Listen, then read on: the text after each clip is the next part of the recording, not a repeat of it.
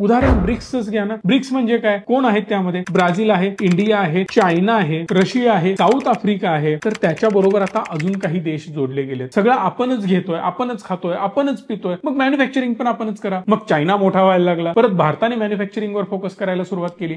मग make in India वगैरे मोदी साहेबांनी बऱ्याच गोष्टी सुरुवात केली. मग ब्रिक्सनं ठरवलं की आपली करन्सी लॉन्च करायची, लोकल करन्सी, आपापल्या करन्सीमध्ये ट्रान्झॅक्शन करायचे आणि देवाणघेवाण आपल्यामध्येच जास्त वाढवायची. ब्रिक्स मध्ये जे काही ट्रान्झॅक्शन किंवा जे ते ट्रेड होतात त्यातले 50% ट्रेड हे लोकल करन्सीमध्ये व्हायला सुरुवात झाली आणि याचाच मोठा परिणाम डोनाल्ड ट्रम्पला पाहायला मिळाला. हे नाटक का करत होता?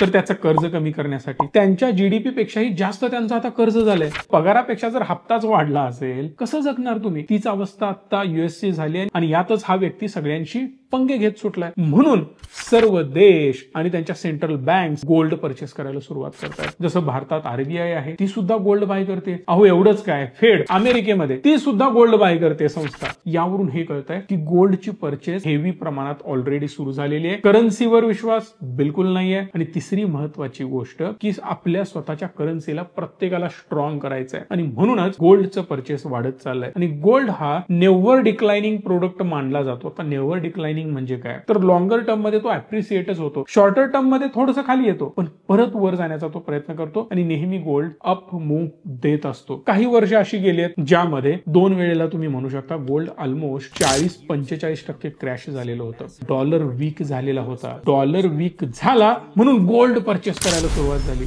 पण एक नंतर वेळ अशी आली, डॉलर हळूहळू स्ट्रॉंग व्हायला लागला.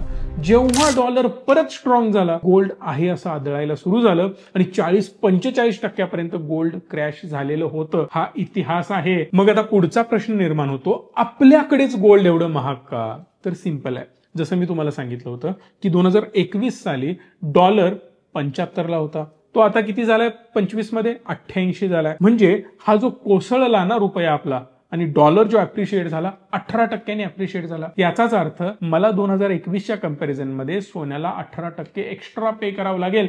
म्हणजे इथंच सोन्याची प्राइस जबरदस्त वाढलेली आहे. सोनं कुठनं येतं हो? इतर देशातूनच येतं. त्याचं पेमेंट आपल्याला डॉलरमध्ये करावं लागतं. त्याच डॉलरनी परत मला सोनं परचेस करावं लागतं. ही सगळी सायकल आहे आणि इन बिटवीन ह्यूज लॉसेस होतात. मग तुम्ही म्हणाल देशाची काय चूक आहे? साहेब, देशाची अर्थव्यवस्था जेवढी स्ट्रॉंग ना तेवढा आपला रुपया स्ट्रॉंग बनत जातो. आणि म्हणून मी नेहमी म्हणतोय की आपल्या देशावर राजकारण जास्त वाढत चाललंय, समाजकारण खूप कमी होत आहे.